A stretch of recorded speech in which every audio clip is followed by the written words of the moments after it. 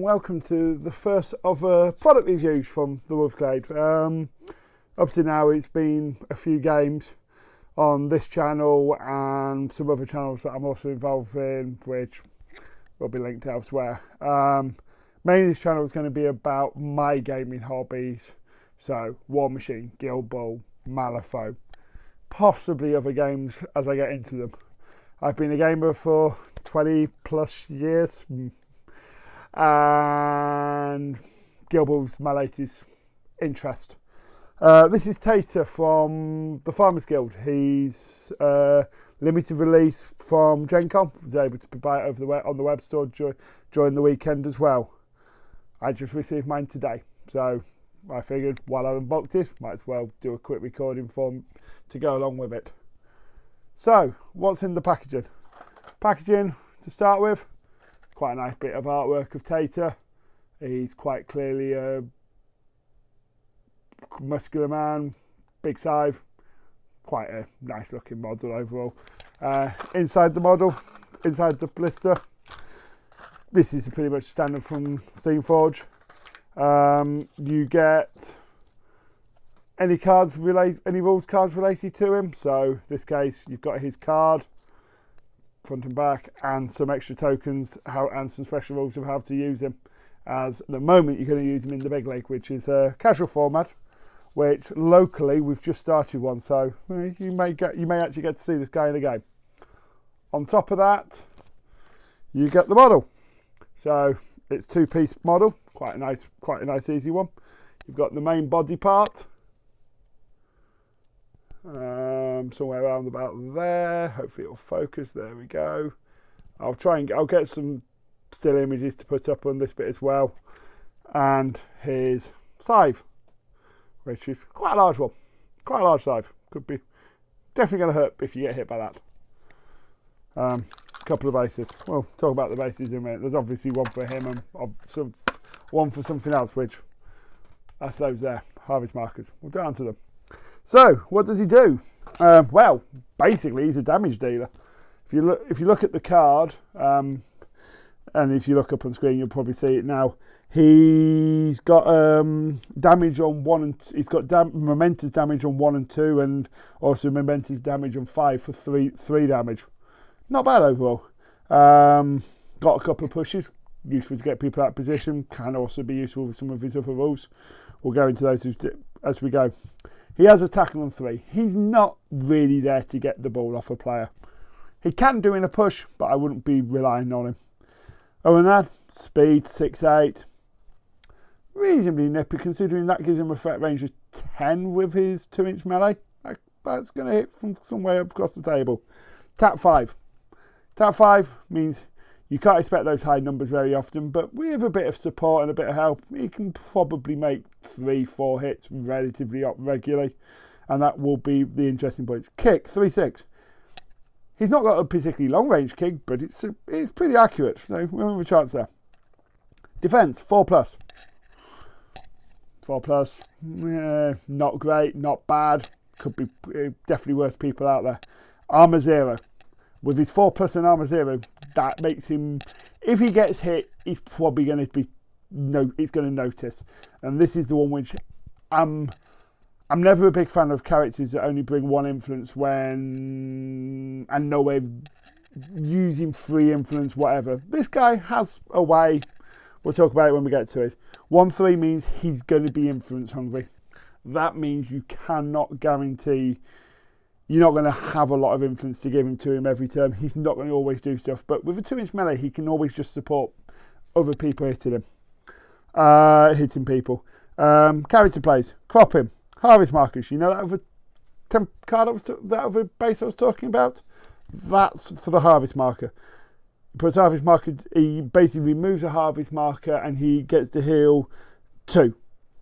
Not great, but it's a free heal effectively because it's 0 cost influence, and you can put a harvest marker down for free. You're always going to have one available to use. Mown down, which is his character play on 3 hits. This is interesting. This knocks everybody down in his melee range. That's quite a big. Knocking one guy down can be quite a big thing. Knocking 2, 3 down could be really good. The big thing to watch out for that though is It's everybody. That's him, that's his friends, that's his enemies. You're going to have to be very careful on where you position him for how it works. 16 health. It's not bad. One thing I've just noticed, he's only actually got one icy sponge marker. I hadn't noticed that before. So he only ever comes back on with 8 health. That's not bad, but you can't keep him off to have more health. Have to check with Steamforged with that. Is that correct? Is that something new we're going to see in the farmers? Are they designed to be a quick recycling team? If that's the case, that could be interesting. Back of his card, character traits. New talent spotted. That's what allows him to be used in the beg league. It costs you 1 favour. You can use him. No limitation in numbers on any week or anything. It is simply a 1 favour. You get 1 favour. You get to use him. Charm female. +1 defence against female characters. I prefer charm male. There's a lot more males on the pitch than there are females, but there are some females where that could be really useful against people like Brisket, Decimate, Cosset, all these characters which want to go into people, and hitting on 5s could really mess their days up. May also not, but like any charmed trait, it can be played around. You just need to put the right person into him. Fruits of Labour. Allows you to drop a harvest marker within 2 inches of him. A lot like the hunter's traps and such like. It doesn't cost you anything, you just do it. So that heal from earlier, you're always going to get that 2 heal as a minimum every turn.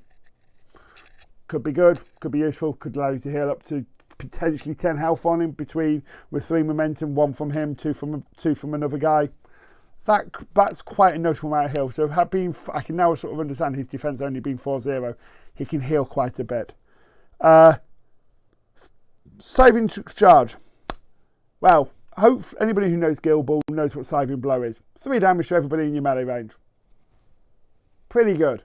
This guy does it on a charge, as long as he chooses the damage playbook effect. So you can't choose Moan Down and that, but you can choose that 1, 2, or 3 damage.